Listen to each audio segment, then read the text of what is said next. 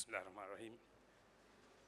Distinguished guests, ladies and gentlemen, all those participants and my colleagues, Assalamu alaikum, and I wish you a very nice day, but it's raining outside. It is my great pleasure to join you this afternoon in the closing ceremony of the Maldives National HR Convention and Expo. I was lucky enough to be a part of this last year. Thank you very much, Mr. Afif and the team for inviting me. Yeah, you can. You can. And I see great speakers from far and wide travel to the Maldives, and I welcome the whole delegation, and thank you very much for giving us your knowledge and contributing to our colleagues here. Thank you very much.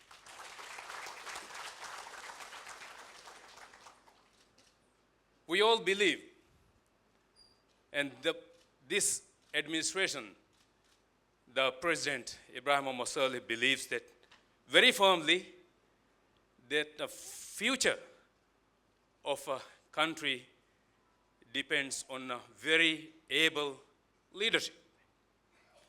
And today, we are doing all we can for the last 4 years, investing on education, investing on higher education, investing on programs that will enhance qualities, competencies of those who are going to run the country tomorrow. Actually, the COVID-19 all the way came and really tested us. It tested our strength. Today we have learned where we are stronger, where we are weaker. It gave us so many lessons. And one area that we were tested was in the area of human resources. We know that every country prospers with an able leadership, and that comes after giving so many chances to grow. Likewise, other countries. And more than that, we found out that we need to really focus very much on the areas that we are short of. We have done some training needs, national training needs, and found out where are those areas. And for that, the government is investing heavily, and we are very much promoting on building a better team that is more resilient to the shocks that unexpectedly come and meet us. I saw the leadership, the responsibility, and so many things.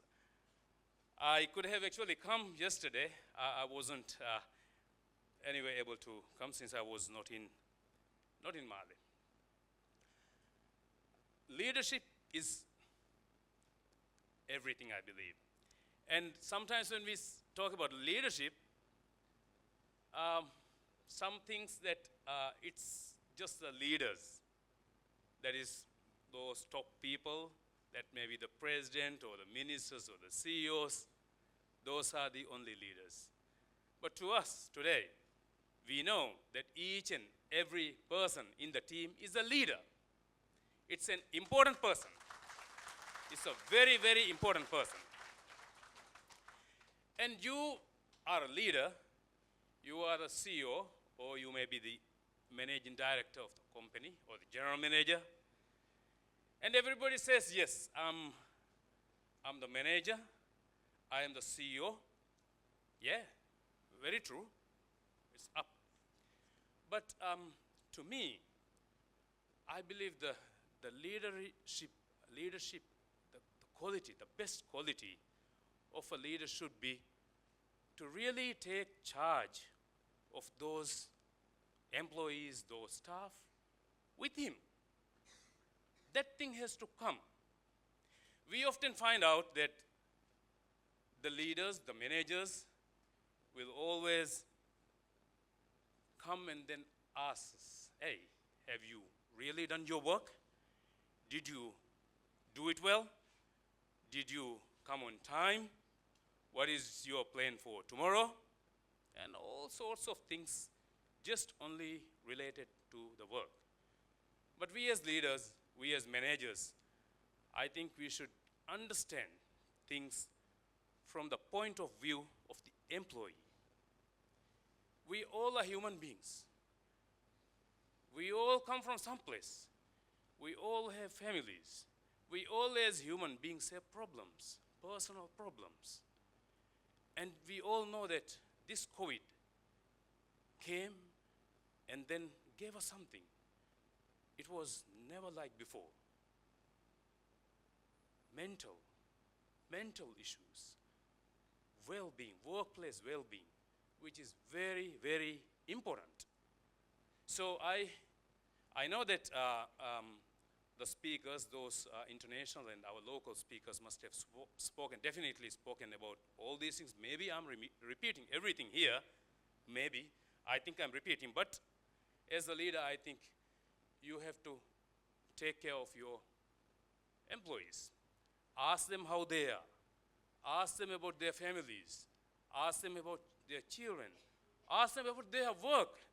Ask them if they are satisfied, if they're happy with the work, if there's anything you as CEOs, you as managers can do.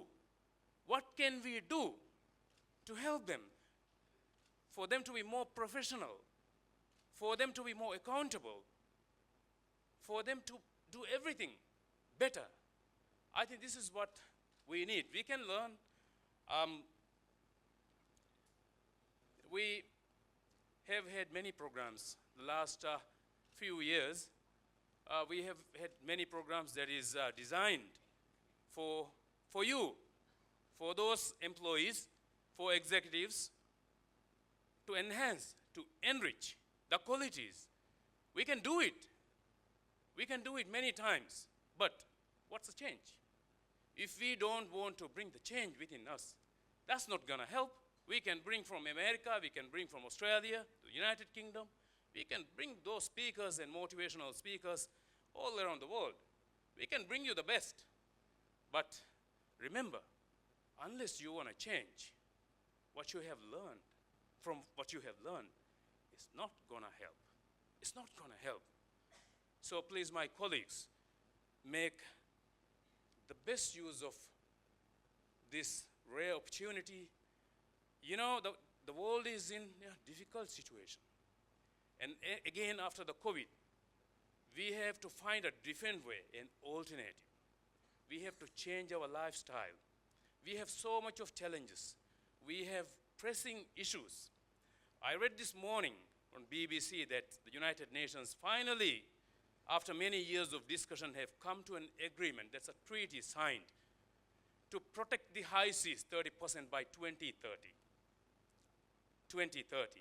So we as human beings, we as teams, we need to have targets. We have net zero targets 2030, we have carbon emission targets for 2050, and then 2070. We have a lot of targets. So every day, whatever we do, we have to have a target. We have to have a goal. We have to have a direction, which is very, very, very important. So now, I don't have time. I know I don't have time. I could have come a little earlier, but you put me the last. And I know when people wait for the last, I can see some people maybe, you know, looking at watch, or maybe, you know, because they've got something now. They must be having something to early attend something. I know that, but please spare with me just because I don't get this opportunity to talk to you, and then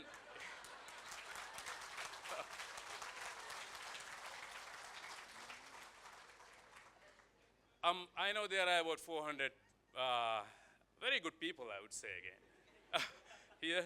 But we have more people outside, those who aren't able to join here. So please pass the message. Knowledge is something not only for you.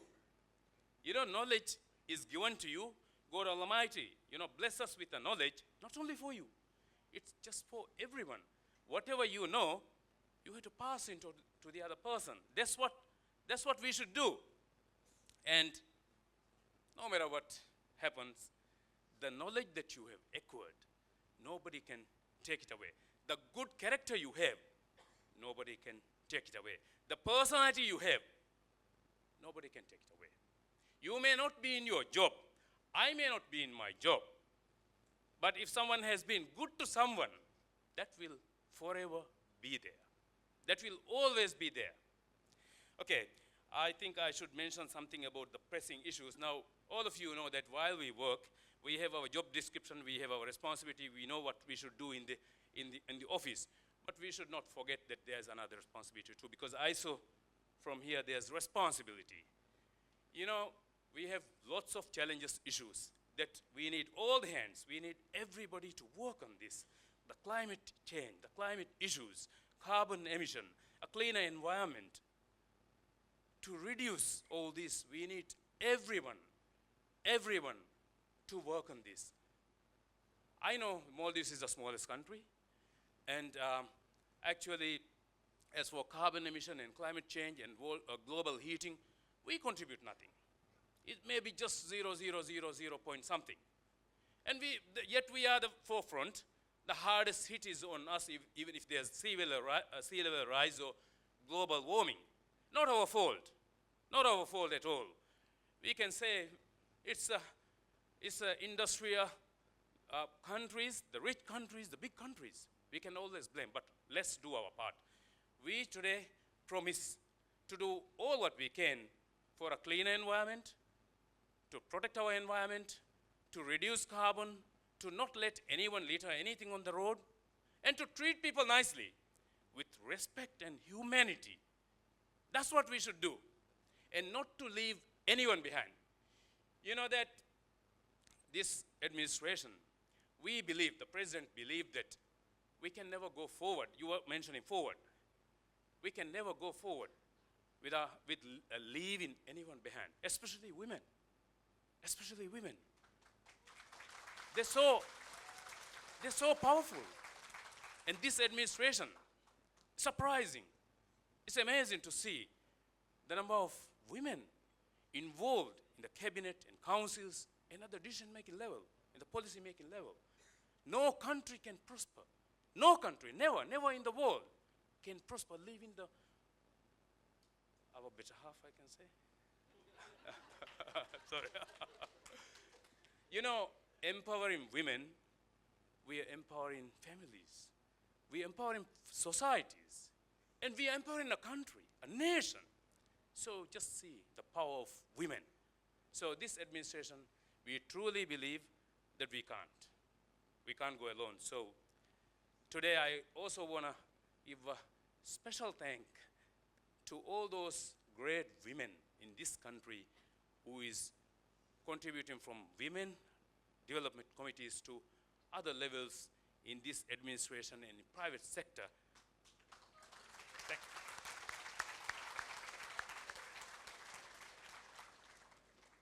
I think I should stop now. I've got a lot. Next time, next March, please give me a chance to. Because I know that you have my watch is not working. I don't have it. Yeah, okay, there. It's 5:30 now, so I know you must have already set some meetings for 5:30.